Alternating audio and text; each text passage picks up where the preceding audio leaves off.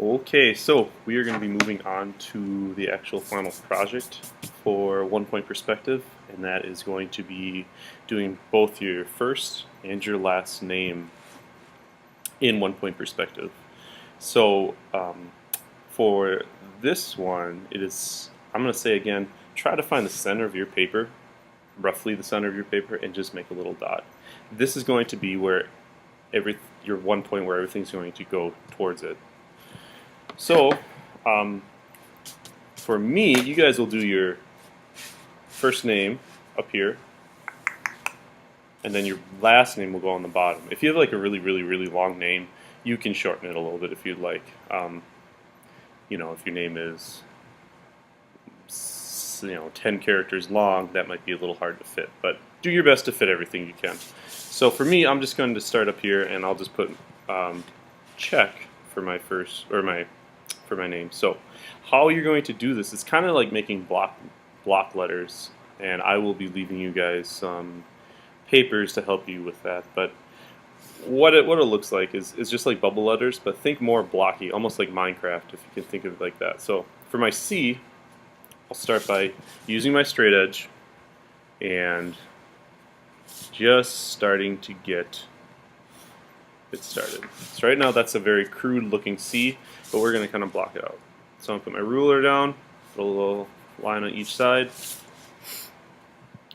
and start to come in. If you have to use your phone to see how some of the block or bubble letters are made, you can do that.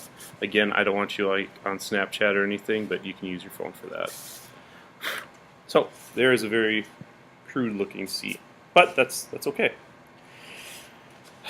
Just like you did with your boxes or your veggie straw assignment, whatever, you are going to be going from one corner down to your vanishing point.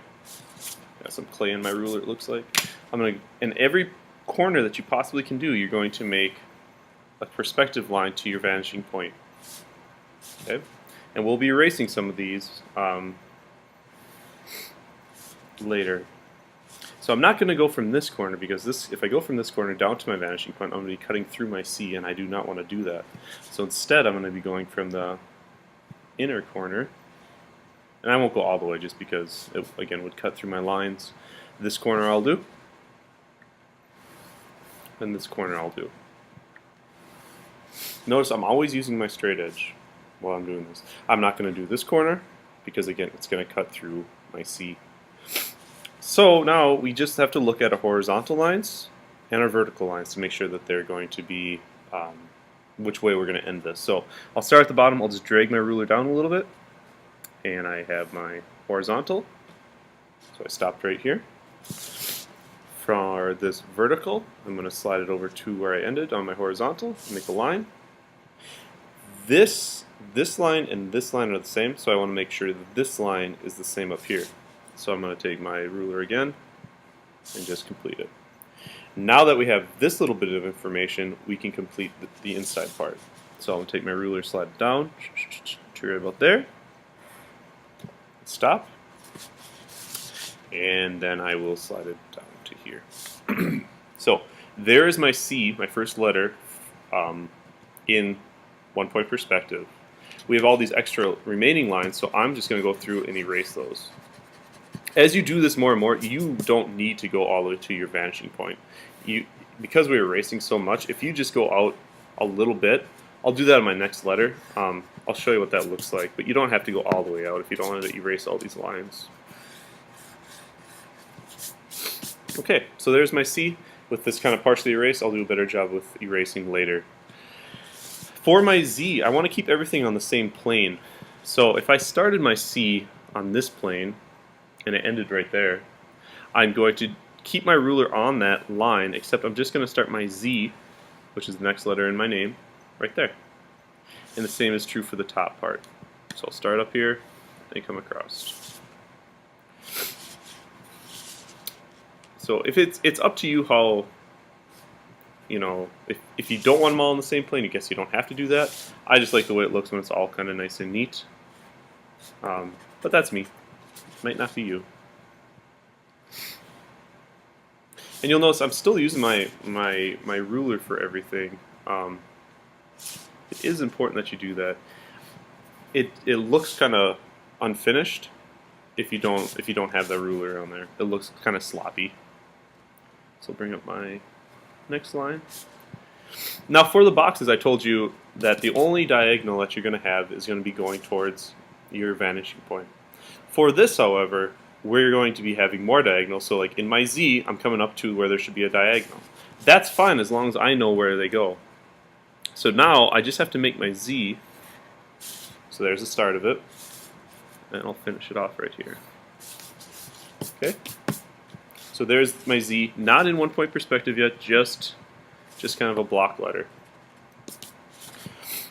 So it's a different diagonal that does not go to your vanishing point, but that's okay because it's not meant to. Only these perspective lines will go to your vanishing point now. So again, I'll start the same way, and this time I won't go all the way down to my vanishing point.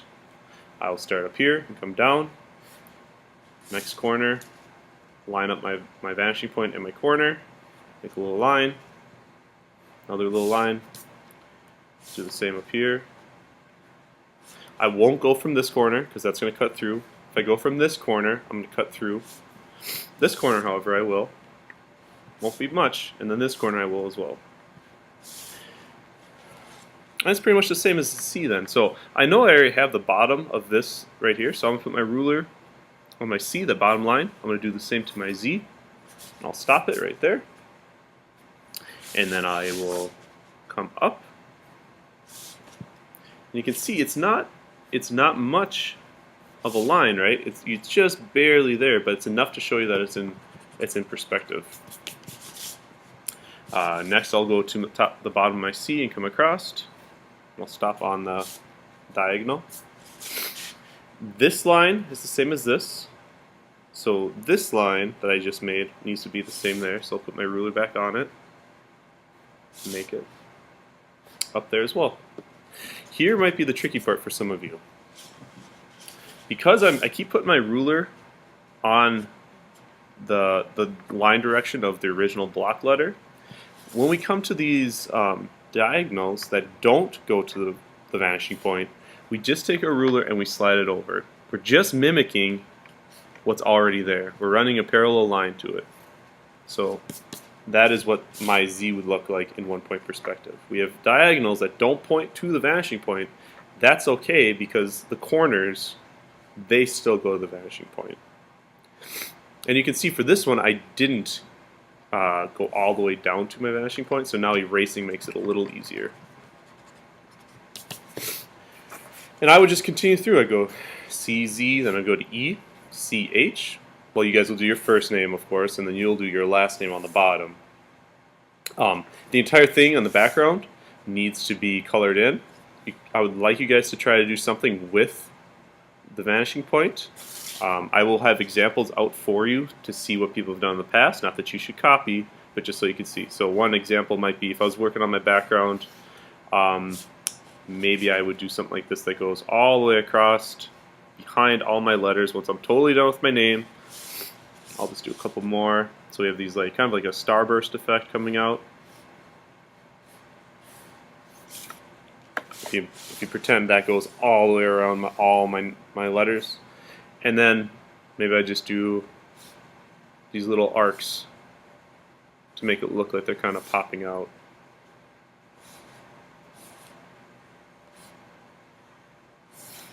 And you can color it then from there too. You don't have to do that type of background. Anything that you do in 1-point perspective is okay with me. If you want to do more like veggie straws or boxes bursting out from the background, you can do that. Something that's colored and used as a 1-point perspective in the background as well. It shouldn't take away from the name though. You should still be able to see your name. It should be behind your name, as you can see here. So that's it really. It's just kind of a lot of work to get going, but once you understand it, it shouldn't be too hard. You will have class time to do this, and you can always rewatch this video or email me if you have any questions. Okay, thanks.